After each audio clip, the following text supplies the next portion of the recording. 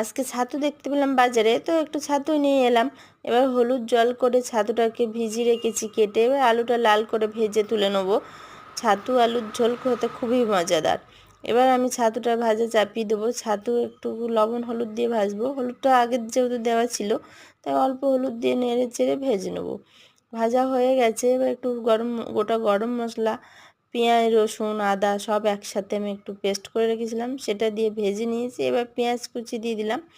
পেঁয়াজ কুচি দিয়ে দেওয়ার পরে ভাজা হয়ে গেছে, এবার কাশ্মীরি লঙ্কা গুঁড়ো, জিরে বাটা, টমেটো, লবণ হলুদ সব দিয়ে মশলাটাকে একটু কষিয়ে নেবো। কষানো হয়ে গেলে আমি আলু আর ভেজে রাখা ছাতুটা সব দিয়ে দেবো। দিয়ে এবার মশলাটা কষা হয়ে গেছে দেখতে পাচ্ছেন। এবার একটু গরম জল দিয়ে দেবো। গরম জল দিয়ে দেবো, নেড়ে চেড়ে একটু ফুটতে দিয়ে দেবো। হয়ে গেলেই, ফোটা হয়ে গেছে দেখতে পাচ্ছেন, এবার একটু ধনেপাতা দিয়েই ব্যাস পরিবেশন করব। গরম গরম ভাতে হেভি।